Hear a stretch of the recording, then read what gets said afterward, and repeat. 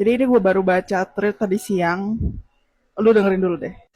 Jadi ada seorang yang punya toko ya, dia pengusaha, barang jualannya online dan ya bisa disebut middle lah karena yang terjual tuh ribuan pieces.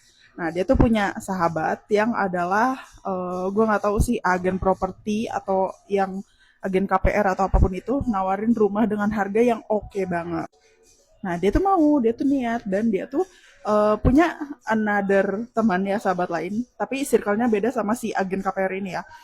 Nah, dia tawarin ke temennya itu. Temen yang ditawarin ini ternyata adalah seorang pengusaha besar, pengusaha online besar yang kayak dia tuh jualannya jauh lebih tinggi daripada si Mbak yang pertama. Jadi dia jualan bisa sampai ratusan ribu pieces gitu terjual. Terus si Mbak A tuh nawarin kan, bilang ke si Mbak B, biar gampang ya ke si Mbak B. B, udahlah, yuk beli beli aja rumah di sini karena harganya tuh lagi bagus, terus strategis dan bagus dan segala macam. Terus si B jawab, wah tapi aku nggak punya duitnya. Padahal kalau secara toko dan usaha, si B ini jauh lebih sukses daripada si A. Terus si A nulis kayak gini, ya ternyata orang yang punya usaha besar dan penghasilan besar tuh belum tentu bisa nabung duit, belum tentu bisa ngatur duit. Jadi sebenarnya kalau secara cash atau keuangan, si A ini lebih banyak gitu dari si B. Nah ini take home value-nya apa? Kalau di komen-komen orang-orang tuh jadi pada bilang, inilah pentingnya untuk menabung, pentingnya untuk ngatur duit, pentingnya untuk belajar soal saving money and investing. Terus banyak juga yang curhat, katanya iya ini juga dulu kesalahan aku kayak gitu. Aku jualan yang penting laku banyak, tapi aku tuh nggak mikirin margin. Marginnya tuh cuma tipis, jadi untungnya cuma tipis. Jadi benar-benar jualan quantity aja ujung-ujungnya. Sebenarnya keuntungannya tuh tipis banget. Jadi kayak nggak nambah duit, malah capek doang. Tapi gue mau ambil kayak dari sisi yang berbeda. Nah, gue tuh pernah punya teman, dia juga gila banget sih. Jadi pas kayak fresh graduate kayak gitu, di saat gue dan teman-teman gue yang sebaya, itu tuh pada penghasilannya paling ya UMR sampai 10 jutaan lah.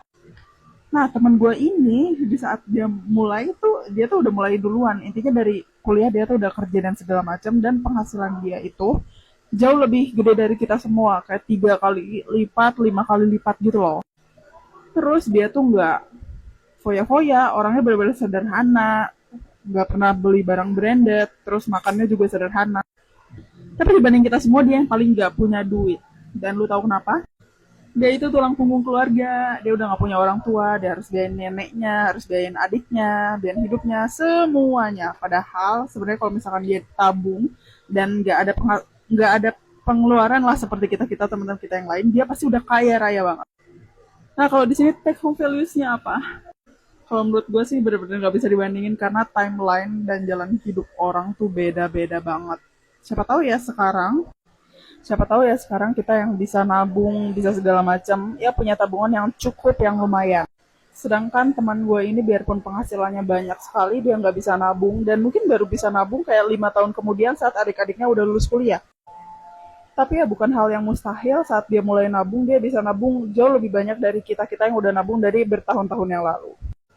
Intinya ya jangan dibandingin lah cerita dan jalan hidup orang-orang, pasti timelinenya beda-beda, pasti punya hokinya masing-masing, punya rezekinya masing-masing, dan gak usah takut ketuker atau gak usah takut ketinggalan.